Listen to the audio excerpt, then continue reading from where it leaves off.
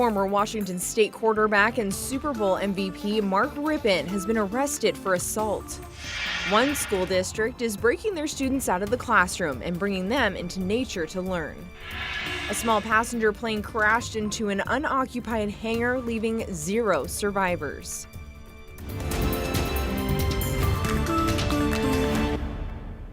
Good morning. Thank you for joining us. I'm Amanda Rowley. Let's get right to overnight breaking news. Former Washington State quarterback and Super Bowl MVP Mark Rypien was booked into the Spokane-County jail last night for assault. Rypien went to Shadle Park High School before attending WSU. And here's what we know. The 56-year-old was arrested around 5:40 p.m. near the Washington Trust Bank on Garland and Maple. The jail's website says he was booked around 6:30 p.m. A spokesperson for the Spokane Police Department says a third party reported the incident. Rypien is now charged with domestic violence assault. His bond has not yet been set. And just a few seconds here after the 5 o'clock hour, Evan now joining us. Yeah. Evan, it was a gorgeous weekend. I was out for Ironman on Sunday. You were here on Saturday for Hoop Fest. Even beautiful weather then. It's can't complain. No, it's been a great weekend. Exactly, and we're going to kind of continue on with those warm and dry conditions to start off our Monday. Take a look outside. That's kind of how you know, right? You see just the clear skies out there, just a few lingering clouds. We are picking up on some showers that are just around the western Montana area, but overall on Doppler radar, we're not picking up on much. We are still seeing problems with the Spokane radar, so that's a kind of a preface with this, but most of the state staying dry. North Idaho staying dry. Couple showers again over toward Missoula, and even some thunder and lightning, but over the next several hours we are expecting to move toward another dry day outside.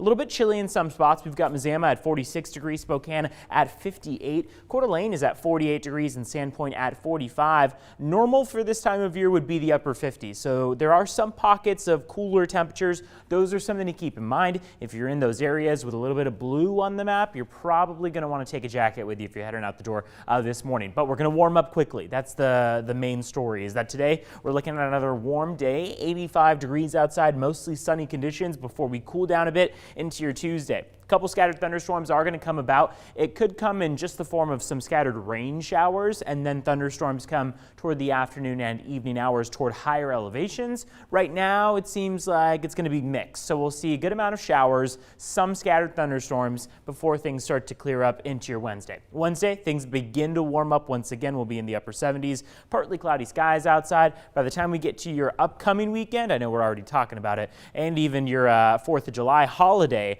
we are going to be facing temperatures back in the upper 70s and low 80s and clearer conditions. We'll talk a little bit more about that coming up. Amanda, I'll send things back to you. All right. Thank you, Evan.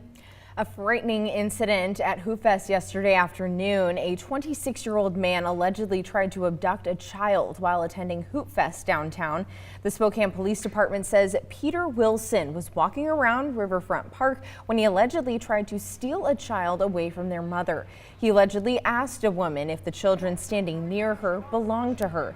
Wilson allegedly wrapped his arms around the child without warning, and the mother grabbed the child at the same time. Several people in the crowd acted fast and helped to detain Wilson until police arrived.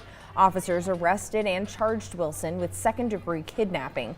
He is expected to make his first court appearance tomorrow. Time now 5:03. Here's what you need to know before heading out the door. The Hong Kong government marks the 22nd anniversary of the former British colony's return to China. Protesters faced police and made an apparent bid to block access to a ceremony marking the anniversary. A flag-raising ceremony was held under high security, with police using riot shields to push back the demonstrators who blocked a nearby street. Hong Kong leaders and guests watched the ceremony inside the city's convention center instead of outside as they normally do. The government cited inclement weather after some light rain. The New York Yankees completed a 2-game sweep of the Boston Red Sox, but this series was across the pond. In a soccer-loving market, the MLB sent 2 of their teams to play in a rival series. The almost 60,000-person crowd at London Stadium was treated to an extreme version of contemporary baseball. That meant a long game with a steady stream of pitchers and home runs. The Yankees had a 9-run inning, making it their biggest offensive frame of the season. Between the two games, the teams had 50 combined runs, making it the most ever for a two-game span in Yankees versus Red Sox history. And it has been an exciting and successful World Cup run for the U.S. women's national soccer team. The semifinals are tomorrow against England. The U.S. advanced to the semifinals in all of the Women's World Cups they have been a part of. They won their 10th consecutive match at a Women's World Cup, which ties a record set by Norway between 1995 and 1999. This is the fourth consecutive Women's World Cup where the host nation has been eliminated in the quarter-final round. So France this year, Canada in 2015, Germany in 2011, and China in 2007. Time now 5:05. A small passenger plane crashed into an unoccupied hangar in Addison, Texas, and at least 10 people died from the crash. There were 2 flight crew members and 8 passengers aboard the plane. The aircraft's intended destination was St. Petersburg in Florida.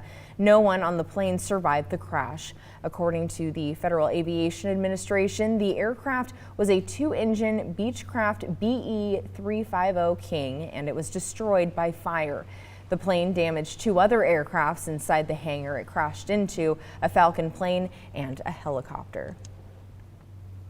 Tensions continue in the Oregon Senate, but this time it was the Democrats making the delay. Just one day after Republicans ended the walkout that shut down the legislature for more than a week, the Senate was once again delayed, this time by Democrats demanding that a Republican senator to be barred from the floor for threatening the police.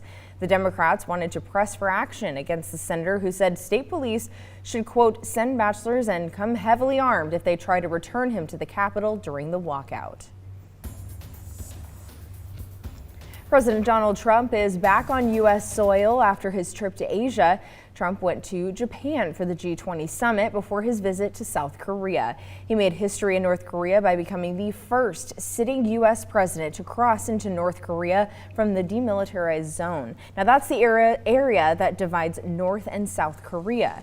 He was greeted warmly by North Korean leader Kim Jong-un. The North Korean leader invited him to cross over the DMZ border into North Korea to meet. They spent about a minute in the north, then walked back into the south.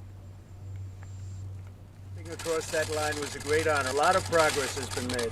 A lot of friendships have been made, and this has been in particular a great friendship. The discussion that took place in South Korea lasted for almost an hour. The president said he and Kim agreed to restart stalled nuclear talks in the next few weeks. Trump said he also invited the North Korean leader to the White House. 5:07 now. Can you believe that it is already July?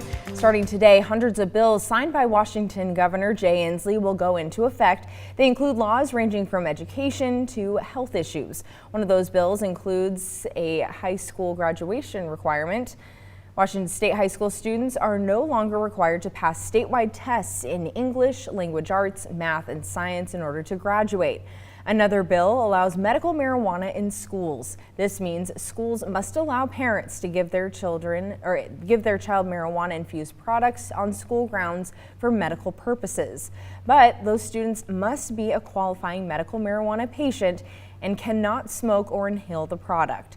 And another big one is parents can no longer cite personal or philosophical reasons as a basis for not vaccinating their child against measles, mumps, and rubella. This comes as the U.S. is seeing one of the worst measles outbreaks in more than 2 decades. For a list of all the laws that take in effect this month, head over to our website at KREM.com.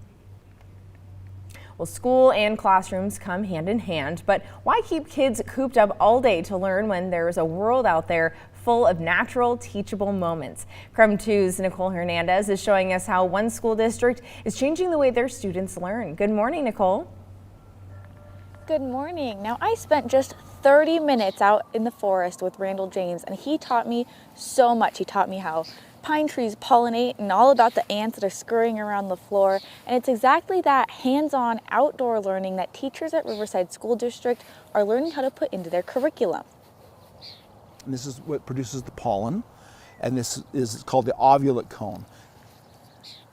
The K-12 school district have the largest forest attached to their schools in the entire state. Right now that forest is really going unused, but James says the potential for academic and personal growth is huge if teachers embrace the outdoors in their lesson plans. I think it's really important. I think it's critical that kids get that same feeling. I actually think kids are cheated. They become handicapped in their lives in not knowing what is out there in the marshes and the fields and the forests. So I think it's a good start. Now, we aren't talking about just science lessons. There are things out here in the woods that lend themselves to learning about math, social studies, English, really anything. James says it's not about rewriting the curriculum, it's about teaching the same things just in a different way. Now, for example, James was telling me that if you take a classroom out and teach a poetry lesson outside as opposed to in the classroom, it's just a more engaging, hands-on way to learn, and it changes things up a little bit. Live here in Spokane, I'm Nicole Hernandez. I'll send it back to you. All right, thank you, Nicole, for bringing us that story. And of course, it'd be a great day to get outside and learn today with gorgeous weather. Time now, 5:10. On this day in 1984, the Motion Picture Association of America, which oversees the voluntary rating system for movies, introduced a new rating, PG-13. The initial rating categories were G, appropriate for all ages, M for mature audiences, but all ages admitted are for people under 16 years old were not admitted without an accompanying adult, and X, no one under 17 years old is allowed. The M category changed to PG.